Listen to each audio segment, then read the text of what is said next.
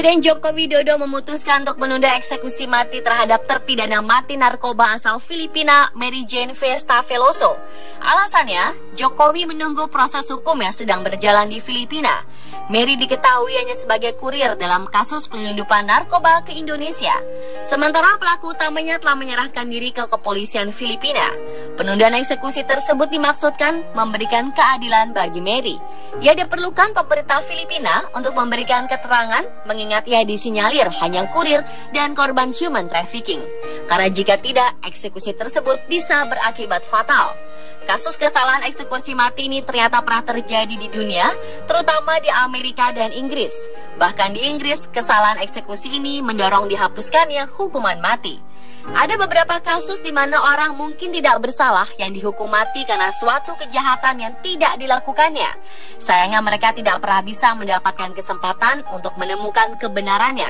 Baru-baru ini dimaksudkan bukti DNA dalam percobaan telah digunakan dalam beberapa kasus untuk melepaskan banyak orang tidak bersalah untuk dihukum. Kasus orang-orang ini yaitu dianggap bersalah namun tidak terbukti bersalah setelah mereka dihukum mati. Berikut, On The Spot telah merangkumnya ke dalam 7 kasus salah vonis hukuman mati.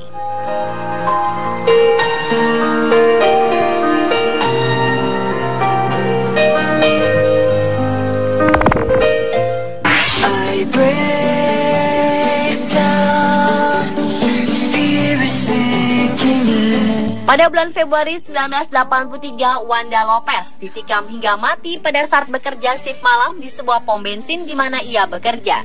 Setelah perburuan singkat, polisi menemukan Carlos de Luna bersembunyi di bawah truk pick-up, di mana baru saja ia dibebaskan dari penjara, namun yang melanggar pembebasan bersyaratnya dengan minum-minum di depan umum.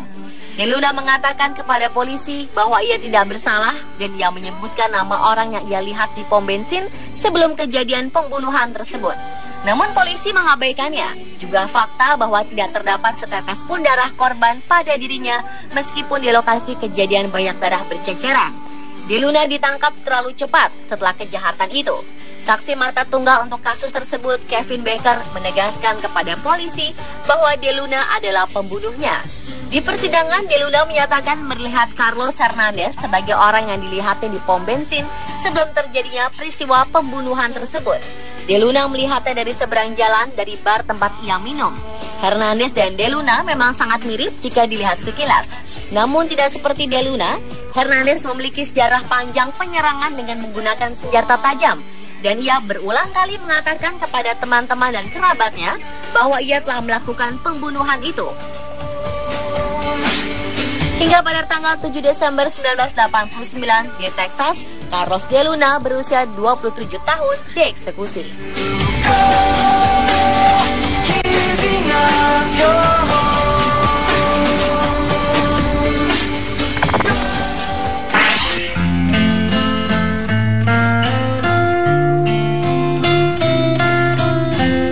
Pada tahun 1991, kebakaran terjadi di rumah Cameron Todd Willingham di Texas. Kejadian tersebut membunuh 3 korban jiwa. Willingham lolos dari api dengan luka ringan, sedangkan istrinya tidak ada di rumah pada saat kejadian berlangsung. Jaksa menuduh Willingham sengaja membuat kebakaran tersebut dalam upaya untuk menutupi perbuatannya terhadap gadis-gadis itu, walaupun dari kesaksian istrinya bahwa ia tidak pernah berbuat sesuatu terhadap anak-anak tersebut. Sementara dari tes laboratorium diverifikasi adanya cairan bensin yang digunakan di dekat teras depan. Jaksa menyatakan bahwa cairan itu sengaja dituangkan di teras depan dekat kamar tidur anak-anak tersebut dan sengaja membakarnya dan menghalangi upaya penyelamatan atas anak-anak tersebut.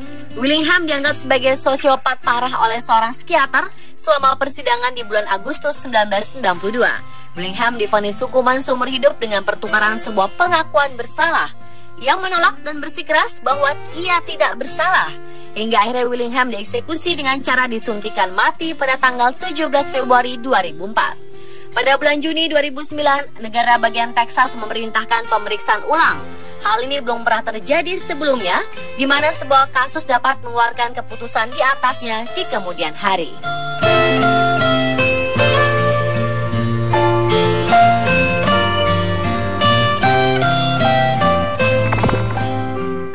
There's a picture on my kitchen wall, looks like Jesus Pemerintah Taiwan menyampaikan permohonan maaf dan membayar ganti rugi sebesar 4,4 juta US dollar atau sekitar 38 miliar rupiah karena telah salah mengeksekusi mati seorang tahanan. Pelaku yang merupakan tentara Taiwan tersebut terbukti tidak melakukan tindak kejahatan apapun. Dilansir dari kantor berita BBC Oktober 2011, Chiang Ko-ching sebelumnya dinyatakan bersalah karena telah memperkosa dan membunuh gadis 5 tahun pada tahun 1996. Atas kejahatan tersebut, Chiang dihukum mati pada tahun 1997. Kasus ini sempat menimbulkan perdebatan di kalangan publik Taiwan. Sesaat setelah kematian Chiang, orang tuanya melakukan kampanye untuk membersihkan namanya. Lalu kasusnya dibuka kembali dan ditemukan bukti bahwa Chiang tidak berada di lokasi kejadian ketika kejahatan terjadi. Pengadilan militer Taiwan mengaku bersalah karena telah menjatuhkan vonis mati. Pengadilan mengatakan Chiang mengaku memperkosa setelah disiksa dan dipaksa untuk mengaku. Pelaku asli memiliki catatan kejahatan seksual telah ditangkap dan akan menjalani proses pengadilan. Atas kesalahan tersebut, Presiden Taiwan Ma Ying-jeou meminta maaf kepada keluarga Chiang. Permintaan maaf juga dilayangkan oleh Kementerian Pertahanan Taiwan. Mereka berjanji ini akan menjadi pelajaran yang tidak akan terulang lagi di masa depan. Namun aktivis anti hukuman mati menyaksikan janji pemerintah Taiwan tersebut. Mereka mengatakan sistem hukum yang ada di Taiwan saat ini tidak akan menjamin kesalahan serupa tidak terjadi lagi.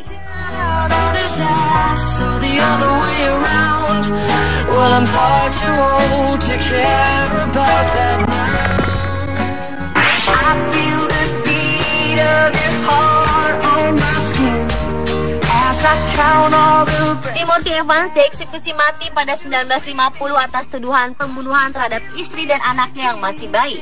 Setelah 16 tahun menjalani hukuman sebagai tahanan, sebuah penyidikan resmi menyatakan pelaku pembunuhan itu bukan Evans, melainkan seorang pembunuh berantai bernama John Reginald Halliday Christie.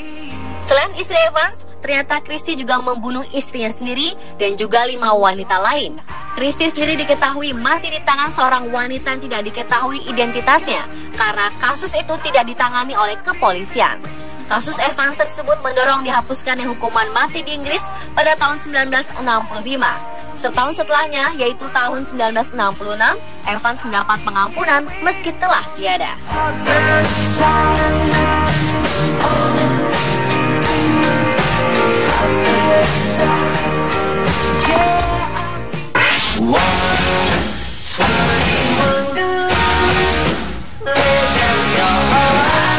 Pada tanggal 29 September 1981, seorang polisi di Texas, David Rucker, ditembak dan dibunuh di sepanjang jalan raya dekat Rio Grande Valley.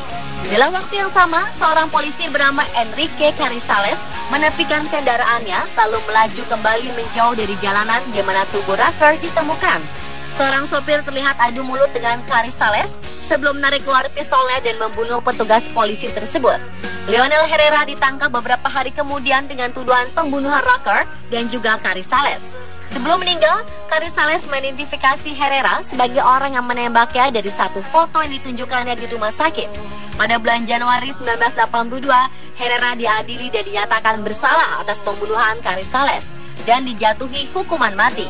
Lalu beberapa tahun kemudian terbukti bahwa saudara Herrera mengaku bersalah atas pembunuhan Rucker. Saudara Herrera mengajukan permohonan tertulis dari habeas corpus di pengadilan federal dan bukti-bukti baru menunjukkan ia benar-benar bersalah atas pembunuhan Carrizales. Termasuk 4 keterangan tertulis dari seorang pengacara yang telah mewakili saudara Herrera bernama Raul Herrera tersebut. Hal ini menyebabkan Mahkamah Agung membuka kembali kasus Herrera, di mana pengadilan memutuskan bahwa bukti baru menunjukkan Herrera tidak bersalah. Herrera dieksekusi dengan suntikan mematikan 4 bulan setelah putusan itu. Dalam pernyataan terakhirnya, ia berkata, "Saya tidak bersalah, tidak bersalah, tidak bersalah. Saya seorang pria tak bersalah, dan sesuatu yang sangat salah terjadi malam ini."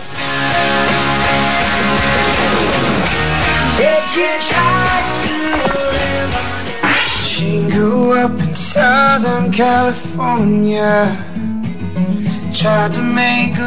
Pada tahun 1982, David Spence dituduh memperkosa dan melakukan pembunuhan terhadap 2 gadis berumur 17 tahun dan 1 anak laki-laki berumur 18 tahun di Waco, Texas. Ia menerima hukuman mati dalam 2 persidangan atas pembunuhan. Munir Dip, seorang pemilik toko, mengaku menyewa Spence untuk melakukan pembunuhan dan ia juga didakwa dengan hukuman mati.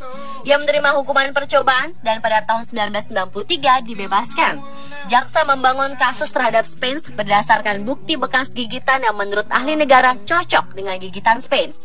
Dan 2 dari 6 saksi penjara yang bersaksi di persidangan kemudian menarik kembali kesaksian mereka dengan mengatakan mereka diberi rokok, hak istimewa televisi dan alkohol, dan kunjungan suami istri untuk kesaksian mereka. Pasca eksekusi Spence, mantan pengacaranya memiliki studi panel buta di mana 5 ahli mengatakan tanda gigitan tidak dapat dicocokkan dengan Spence. Bahkan penyidik pembunuhan asli pada kasus ini mengatakan ia memiliki keraguan yang serius tentang kesalahan Spence, dan seorang mantan detektif kota Waco yang terlibat dalam kasus ini mengatakan ia tidak berpikir Spence melakukan kejahatan. Namun David Spence dieksekusi dengan suntikan mematikan pada tanggal 14 April 1997. Packed my things and I ran away, but that didn't really even last a day because your heart is where I call mine. I miss you so bad.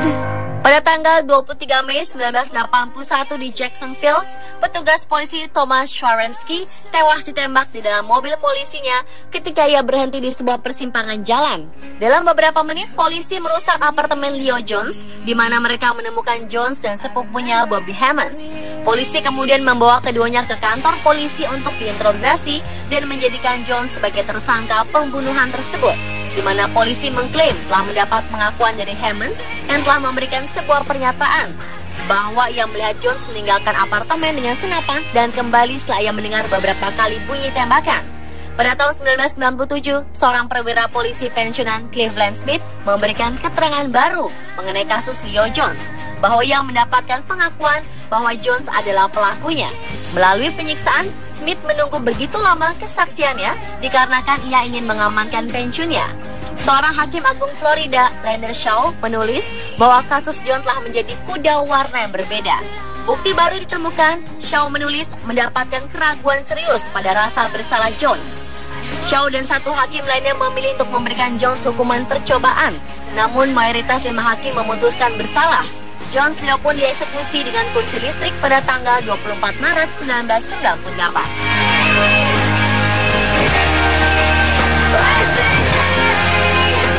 Dan itulah pemirsa 7 kasus salah vonis hukuman mati versi On The Spot.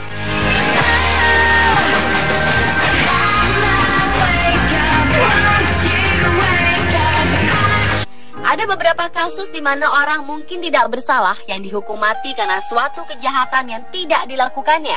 Sayangnya mereka tidak pernah bisa mendapatkan kesempatan untuk menemukan kebenarannya. Baru-baru ini dimasukkan bukti DNA dalam percobaan telah digunakan dalam beberapa kasus untuk melepaskan banyak orang tidak bersalah untuk dihukum.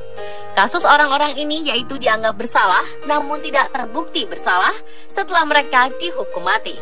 Berikut, On The Spot telah merangkumnya ke dalam 7 kasus salah vonis hukuman mati.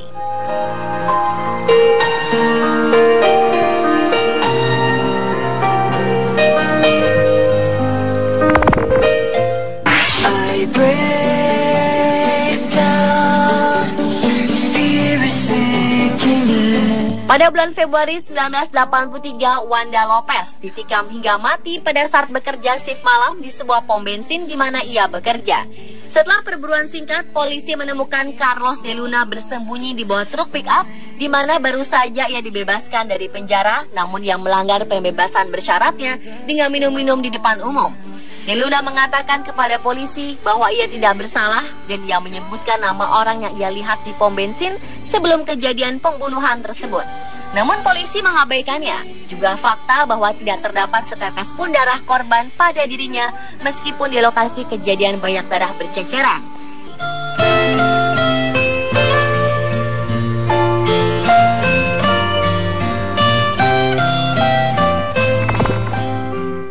There's a picture on my kitchen wall, looks like Jesus and his friends involved. Pemerintah Taiwan menyampaikan permohonan maaf dan membayar ganti rugi sebesar 4,4 juta US dollar atau sekitar 38 miliar rupiah karena telah salah mengeksekusi mati seorang tahanan. Pelaku yang merupakan tentara Taiwan tersebut terbukti tidak melakukan tindak kejahatan apapun. Dilansir dari kantor berita BBC Oktober 2011, Chiang Ko-ching sebelumnya dinyatakan bersalah karena telah memperkosa dan membunuh gadis 5 tahun pada tahun 1996. Atas kejahatan tersebut, Chiang dihukum mati pada tahun 1997. Kasus ini sempat menimbulkan perdebatan di kalangan publik Taiwan.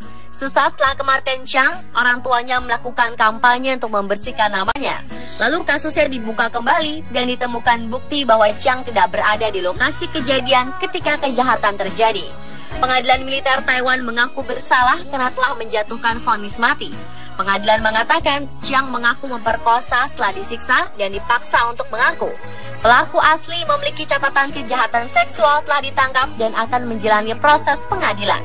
Atas kesalahan tersebut, Presiden Taiwan Ma Ying-jeou meminta maaf kepada keluarga Chiang. Pada tahun 1982, David Spence dituduh memperkosa dan melakukan pembunuhan terhadap 2 gadis berumur 17 tahun dan 1 anak laki-laki berumur 18 tahun di Waco, Texas. Ia menerima hukuman mati dalam 2 persidangan atas pembunuhan. Munir Deep, seorang pemilik toko, mengaku menyewa Spence untuk melakukan pembunuhan dan ia juga didakwa dengan hukuman mati. Ia menerima hukuman percobaan dan pada tahun 1993 dibebaskan. Jaksa membangun kasus terhadap Spence berdasarkan bukti bekas gigitan yang menurut ahli negara cocok dengan gigitan Spence. Dan 2 dari 6 saksi penjara yang bersaksi di persidangan kemudian menarik kembali kesaksian mereka dengan mengatakan mereka diberi rokok, hak istimewa televisi dan alkohol, dan kunjungan suami istri untuk kesaksian mereka. Pasca eksekusi Spence, mantan pengacaranya memiliki studi panel buta di mana 5 ahli mengatakan tanda gigitan tidak dapat dicocokkan dengan Spence. Bahkan penyidik pembunuhan asli pada kasus ini mengatakan ia memiliki keraguan yang serius tentang kesalahan Spence, dan seorang mantan detektif kota Waco yang terlibat dalam kasus ini mengatakan ia tidak berpikir Spence melakukan kejahatan. Namun David Spence dieksekusi dengan suntikan mematikan pada tanggal 14 April 1997. Pack my things and I ran away, but that didn't really even last a day because your heart is where I call mine. Mengajukan permohonan tertulis dari habeas corpus di pengadilan federal dan bukti-bukti baru menunjukkan ia benar-benar bersalah atas pembunuhan Carissa Les. Termasuk 4 keterangan tertulis dari seorang pengacara yang telah mewakili saudara Herrera bernama Raul Herrera tersebut. Hal ini menyebabkan Mahkamah Agung membuka kembali kasus Herrera, di mana pengadilan memutuskan bahwa bukti baru menunjukkan Herrera tidak bersalah. Herrera dieksekusi dengan suntikan mematikan 4 bulan setelah putusan itu. Dalam pernyataan terakhirnya, ia berkata, "Saya tidak bersalah, tidak bersalah, tidak bersalah. Saya seorang pria tak bersalah, dan sesuatu yang sangat salah terjadi malam ini."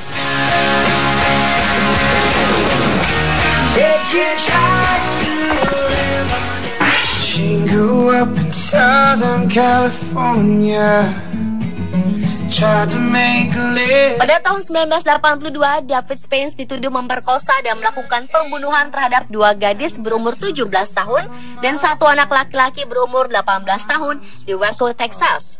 Ia menerima hukuman mati dalam 2 persidangan atas pembunuhan. Munir Deep, seorang pemilik toko, mengaku menyewa Spence untuk melakukan pembunuhan dan ia juga didakwa dengan hukuman mati. Ia menerima hukuman percobaan dan pada tahun 1993 dibebaskan. Jaksa membangun kasus terhadap Spence berdasarkan bukti bekas gigitan yang menurut ahli negara cocok dengan gigitan